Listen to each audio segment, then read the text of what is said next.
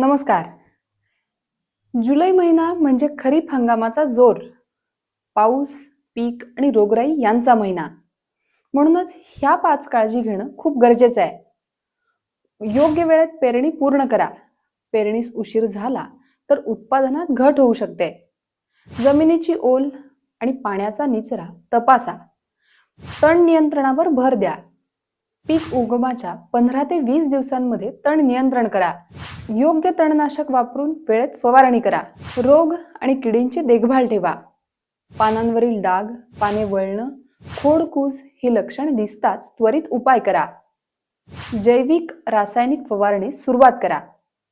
पाण्याचे योग्य व्यवस्थापन जरूर करा. पावसाचं पाणी साचू देऊ नका. पिकाच्या गरजांनुसार निचरा होईल अशी व्यवस्था करा. जनावरांची देखभाल विसरू नका. ओलसर गोठा टाळा. सकस चारा आणि उकळून थंड केलेलं पाणी द्या.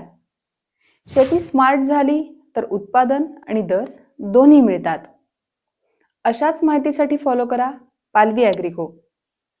धन्यवाद.